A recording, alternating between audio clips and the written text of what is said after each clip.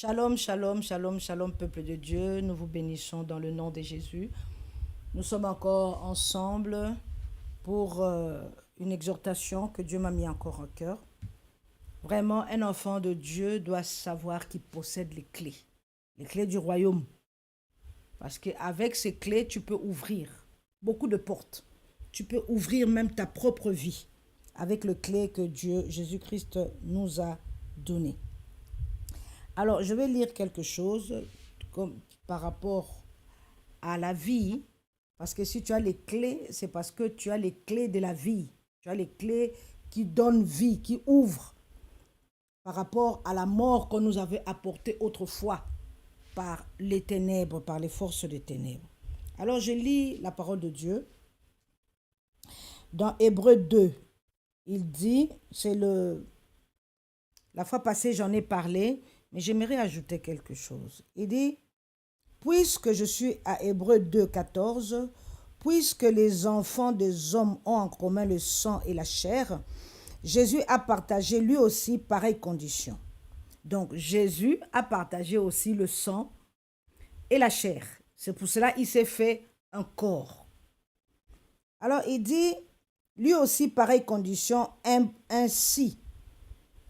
Par sa mort, il a pu réduire à l'impuissance celui qui possédait le pouvoir de la mort, c'est-à-dire le diable. Donc, il y a quelqu'un qui détenait le pouvoir de la mort. Il y a quelqu'un qui faisait peur aux hommes à cause de la mort. Qui faisait peur aux hommes, qui faisait du chantage. Parce que dès que tu dis qu'on dit à quelqu'un tu vas mourir, ou bien tu es à l'hôpital, ou bien il y a quelque chose qui s'est passé, tu vas mourir, tout le monde a peur. Mais Jésus a dit qu'il faut que vous enlevez cette peur. Parce qu'à partir de cette peur que vous entrez dans l'esclavage. Il y a beaucoup de gens qui ont une espèce de peur. Et là, quelque part, on éteint la lumière et la peur. Le lendemain, qu'est-ce que je vais faire? Comment je vais m'en sortir? Tu as peur. En fait, on a peur de tout. Et l'esprit de peur amène à la mort. Je me rappelle une fois, il y avait une dame, c'est un monsieur, pardon. Il était quelque part et quelqu'un est venu crier à côté de lui. En fait, la peur là l'a mené à la panique. Elle est entrée en coma. Il est tombé, il s'est évanoui.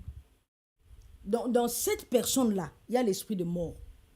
Parce que cet esprit-là, la peur va t'amener à paniquer, va t'amener à s'évanouir, va t'amener à la mort. Alors, un enfant de Dieu doit beaucoup prier pour cet esprit de mort. Vous savez, une fois, j'étais petite, un peu petite, et j'avais tellement peur. Et dès que je dors, j'ai peur. Il faut qu'il y ait la lumière, Mais un jour, j'ai dormi, dehors, mes oncles ont parlé des choses du village, et ça m'a fait peur. Donc, je suis rentrée dans ma chambre pour dormir. J'avais un problème. Alors, je suis partie. Mon père n'était pas là. Maman était dans sa chambre. J'entre dans la chambre. Je reste dans un coin. J'ai dit, je vais dormir debout jusqu'au matin. Et la nuit, ma mère, en se retournant, me voit. Elle a crié. Et moi, je suis venue, j'ai sauté sur elle. Vous vous rendez compte que tu as peur et la personne saute sur toi. J'ai dit, maman, c'est moi. Et elle m'a tapé. Alléluia. Mais heureusement qu'elle n'avait pas cet esprit de peur-là. Si c'était moi à cette époque-là, je pense que qu'au Quechua, je me serais évanouie. Ces choses-là amènent la mort. Et c'est là que j'ai compris comment ces esprits de mort règnent. Quand je grandissais, tellement mes oncles, mes cousins étaient jaloux de moi, on m'a enfermé dans un congélateur. On dit qu'on va jouer. Moi aussi, j'ai accepté qu'on puisse jouer. On dit que toi, le cache-cache, toi, tu vas entrer dans le congélateur. Et quand tu vas entrer dans le congélateur, nous, on va fermer, tu vas sortir et tu vas nous chercher. Mais eux, ils savaient bien que quand tu rentres dans le congélateur, tu ne peux plus ouvrir parce que tu es dedans. C'est la personne qui est dehors qui doit t'ouvrir. Et donc, on ne sait pas comment. Mon père, il était au travail. il est venu chercher quelque chose. Lui-même, il ne sait même pas ce qu'il est venu chercher. Il dit, je dois venir chercher quelque chose à la maison. Elle vient chercher quelque chose, elle passe à côté, elle entend des petits bruits. Elle dit, mais qu'est-ce qui se passe? Je dis, je suis là, mais on ne m'entend pas. Quand il a ouvert, j'étais glacée déjà là. Et donc, il y a un esprit de mort qui me suivait déjà. Et donc, mon père s'est fâché, il dit, mais comment vous pouvez mettre ma fille dans le congélateur? Et ça, l'esprit de mort était déjà derrière.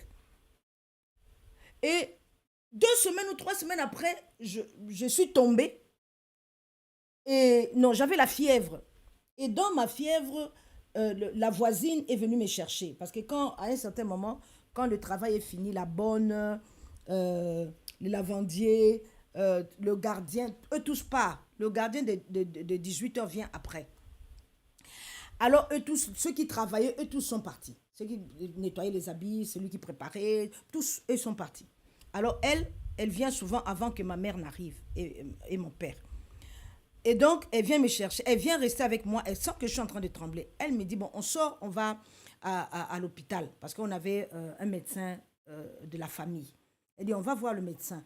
En sortant, il y a un monsieur qui vient, qui dit, donne-moi cet enfant. Elle dit, mais oh, comment je vais te donner cet enfant? Moi, je ne te connais pas. Elle dit, non, non, non, je suis le grand frère de son père. Tu me donnes cet enfant, moi-même, je pars avec lui. Elle dit, non, non, non, non, je ne te donne pas. Elle a commencé, elle m'a tenu très fort. Elle dit, non, je dois partir avec elle, je dois partir. Elle a commencé à crier. La dame a commencé à crier, venez, venez, venez, on veut m'enlever. Et quand les gens sont sortis, je vous jure que le monsieur a disparu. Pourquoi? Il y avait l'esprit de mort qui me suivait.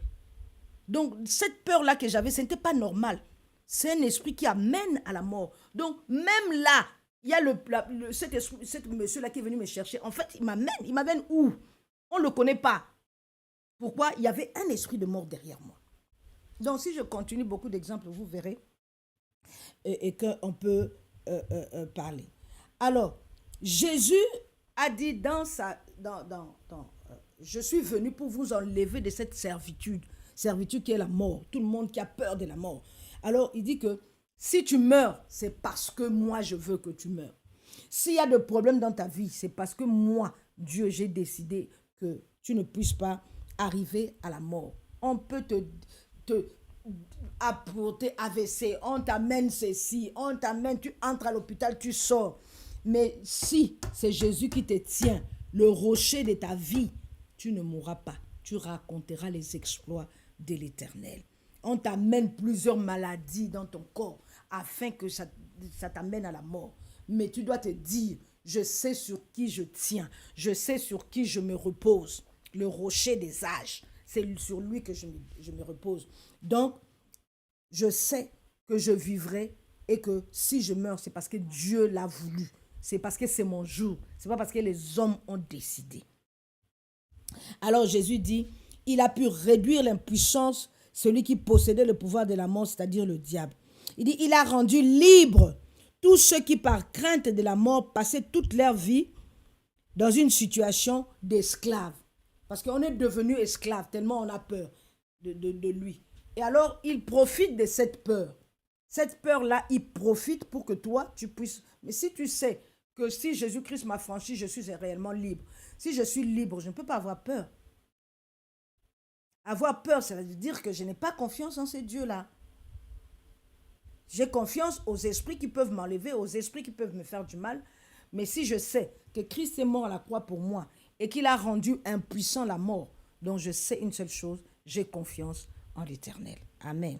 La parole de Dieu dit, il nous a transportés de ténèbres à son admirable lumière, dans le royaume de la lumière.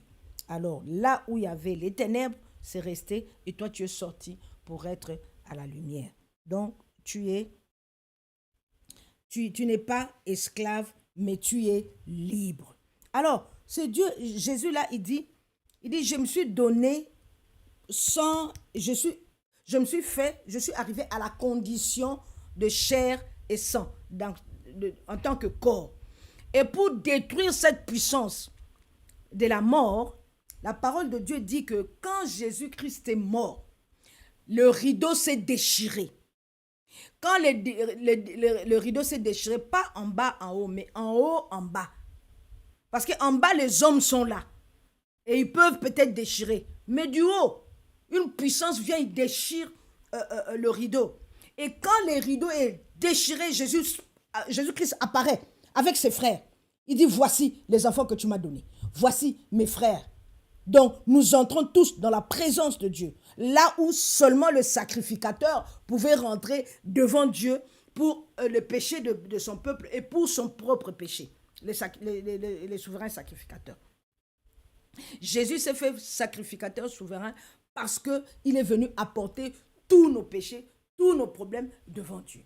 La parole de Dieu dit que ces rideaux-là qui s'est déchiré, on dit que le corps de Christ qui s'est donné de la vie à la mort, c'est pour cela le rideau s'est déchiré. C'est la représentation de ce corps de Christ qui est sang et chair qui a été déchiré. Et donc, on est rentré tout de suite en la présence. Donc, la mort n'a plus de pouvoir. Donc, il entre avec nous. Donc, dès que le rideau se déchire, lui meurt. Il rentre avec nous dans la présence de Dieu. Il dit, me voici, avec les enfants que tu m'as donnés. Voilà mes frères. Je suis le premier-né d'entre les morts. Et la mort n'a plus de pouvoir sur moi et sur eux. Je leur donne la clé. Alléluia. Il nous donne la clé. Quand on lit, comment il s'appelle, Apocalypse 1, 18, quand on lit Apocalypse 1, Apocalypse, voilà, hein, le chapitre 1, 18, il dit,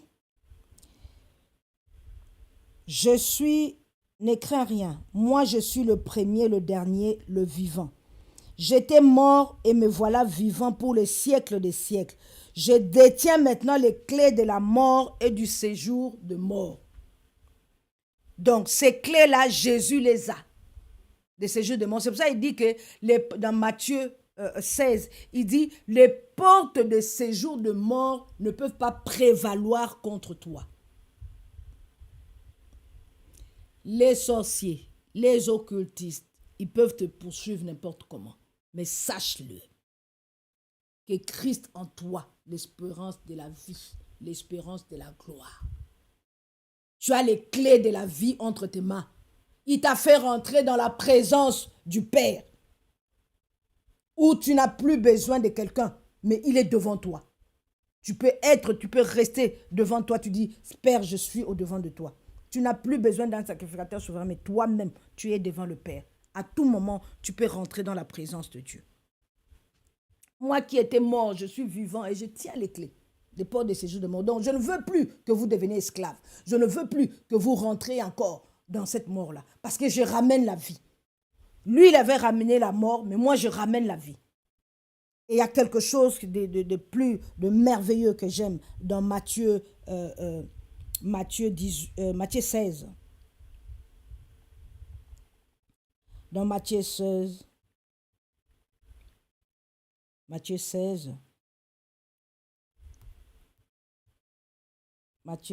je vais au verset 16.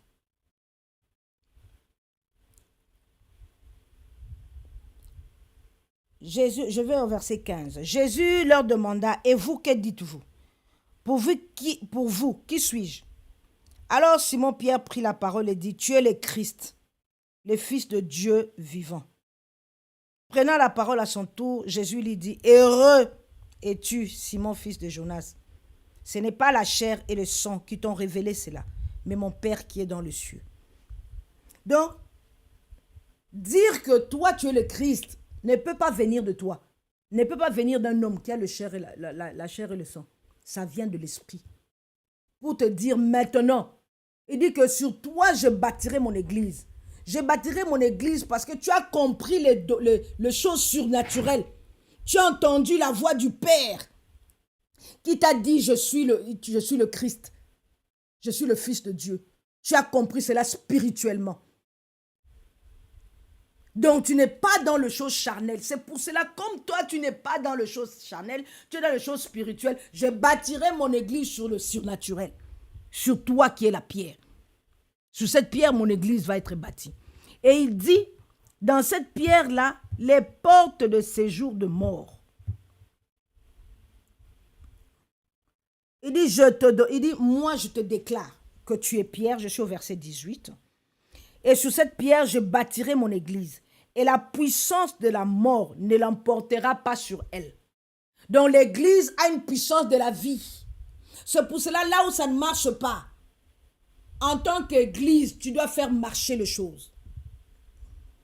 Là où il y a des problèmes, en tant qu'église, tu dois apporter la solution parce que tu as les clés de ce que tu peux ouvrir et de ce que tu peux fermer. Il dit les portes de séjour de mort ne peuvent pas prévaloir sur l'église. Donc l'église a une puissance incroyable. Il dit j'ai tout mis sous les pieds de l'église. Les dominations, les autorités, les principautés, tout nom qui peut se nommer sous les pieds de l'église. Il dit je donne à l'église les clés. Alléluia. Il dit je te donnerai les clés, je suis au verset 19, je te donnerai les clés du royaume des cieux. Tout ce que tu auras lié sur la terre sera lié dans le ciel. Tout ce que tu auras délié sur la terre sera délié dans le ciel. Dans certaines versions, on dit, tout ce que tu permettras sera permis. Tout ce que tu ne permettras pas ne sera pas permis. Quelle puissance tu as à partir de cette clé que Jésus t'a donnée? C'est toi qui possèdes des clés. Il y a certaines choses dans ta vie, c'est toi seul qui peux ouvrir ces clés-là. Et fais attention à tes paroles. Les paroles qui sont toujours négatives. Dans la négativité, tu enlèves les choses. C'est moins. Et je connais beaucoup de personnes. Je ne sais pas si c'est... Parce que je connais une tribu, là, les Bakongo. Et ils n'ont jamais d'argent. Je ne sais pas si ça a changé avec les générations. Je n'ai pas d'argent, je n'ai pas... Tu vas voir dans la maison, là, les valises d'argent. Mais quand il sort, il dit que non, je n'ai pas d'argent. Toujours, il n'a pas d'argent. Il ne sait pas qu'en disant que je n'ai pas d'argent, tu es en train de te causer des problèmes. Toi, tu as l'argent, mais tu es en train de te causer des problèmes d'argent. Toujours les paroles négatives. Ah, vraiment, ces derniers temps, je ne me sens pas bien. En fait, la personne veut être victime, qu'on puisse la cajoler un peu, qu'on puisse prendre soin d'elle. Ah, ça ne va pas. Hein. Mais ça ne va pas là que tu es en train de dire. Ça n'ira pas aussi. Parce que tu appelles à l'existence les choses qui n'existent pas. Nous sommes surnaturels. L'homme a l'esprit et l'esprit est surnaturel. Donc tu appelles les choses que tu ne sais pas. On appelle à l'existence les choses qui n'existent pas. Donc ce qui n'existe pas, quand tu dis ça, tu appelles qu'elles viennent chez toi. Ah, ces derniers temps, vraiment, je ne me sens pas bien. Tu vas voir les semaines qui vont venir, tu ne te sentiras pas bien. Et même le mois après, tu peux tomber malade. Parce que c'est toi-même qui appelles. Je connaissais une certaine femme. Chaque fois, elle appelle au travail. Ah, je ne peux pas venir. Mon fils est malade. Ah, je ne peux pas venir. Ma fille est malade. Je dis, mais un jour, je lui dis, mais ma soeur, tu as un problème, hein? Elle dit, non, quand tu dis ça, on te laisse. Mais il fallait voir la suite de la vie des enfants, hein? Des enfants malades, hein? Tu appelles à l'existence des choses qui n'existent pas à cause du mensonge. Ce que tu liras sur cette terre sera lié dans le ciel. Donc, ce que toi, tu vas dire de ta bouche, ce que tu permets sur cette terre va être permis aussi dans le ciel. Donc, les esprits vont travailler par rapport à ce que toi, tu es en train de dire. Je me rappelle d'une sœur qu'on avait fait la délivrance. La sœur, elle dit, mais maman, moi, c'est incroyable. Je ne sais pas comment je suis dans ma tête. Si je ne vois pas un homme, si je ne sors pas avec un homme, c'est un problème. Il faut qu'on me délivre. Elle ne comprend pas la prostitution qu'il y a en elle. Mais dans la cure d'âme, je lui posais des questions. Toi, quand tu étais petite, qu'est-ce qu'on te disait souvent? Elle dit, hé, surtout mes tantes, quand elles me voyaient, il paraît que j'étais très jolie quand j'étais petite fille.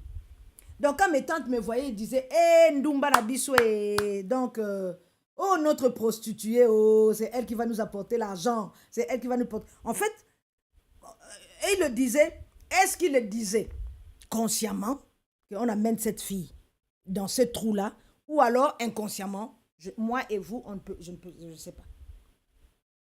Oh, notre prostituée, c'est toi qui vas nous apporter l'argent.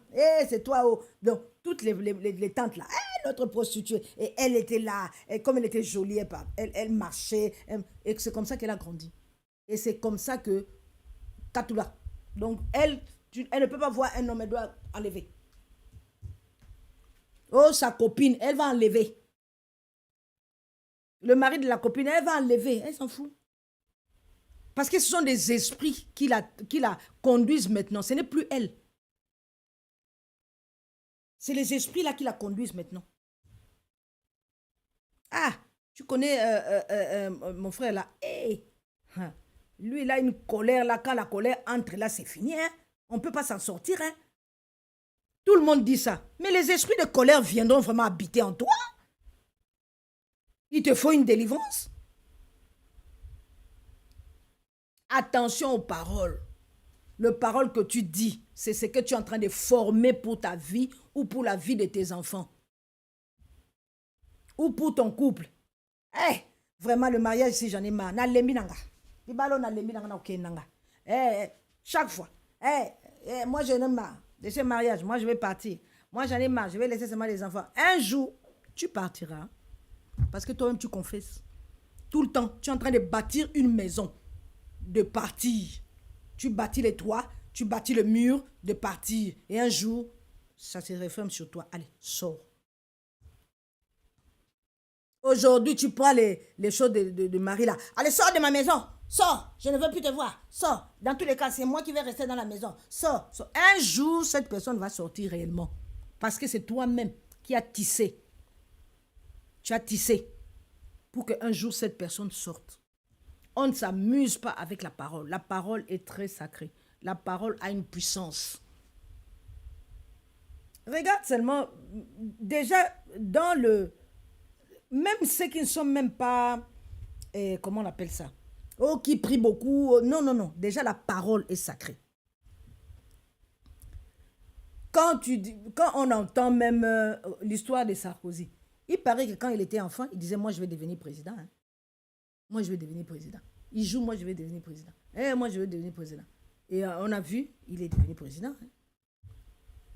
Ta parole crée, ta parole a un pouvoir. Alors, tu as une clé. Et Jésus t'a donné la clé de la vie. D'apporter la vie dans ta vie. Apporter la vie dans tous les domaines de ta vie. Je vais faire la tautologie. Mais pour que nous comprenions mieux. Tu as les clés du royaume. Ce que tu ouvriras sera ouvert. Ce que tu fermeras sera fermé. Commence à ouvrir. Avec la positivité. Parce que la parole de Dieu dit dans Jacques, si tu doutes, tu es comme comment on appelle ça, le flot. Ça te balance à gauche, à droite. Et l'assurance que Dieu fera. Et il fera. Déjà, toi-même en toi, tu as une puissance de la parole. Surtout que tu as accepté Jésus comme ton Seigneur sauveur personnel. Il y a la puissance du Saint-Esprit en toi. C'est la puissance de la création. Et tu crées à tout moment. Que le Seigneur nous aide à créer à tout moment. Dans tout ce que tu es en train de faire, sois positif. Dis que ça va arriver. Tu vas arriver. Que ça va s'arranger. Rien n'est impossible à Dieu. Tout est possible à celui qui croit. C'est seulement ta croyance. Et la persévérance, persévère. Sois déterminé, tu arriveras. Bamata bakita, tu arriveras. Bakanga. Oh, tu vas commencer à ouvrir. Il ferme ici, toi tu ouvres. Il ferme ici, tu ouvres jusqu'à ce que tu arrives. Tu arriveras au nom puissant et glorieux de Jésus. Tu as la clé, va posséder. Dans le nom puissant de Jésus. Il dit que tu posséderas les portes de tes ennemis. Va, possède dans le nom puissant et glorieux de Jésus. Nous disons Amen. Que Dieu vous bénisse.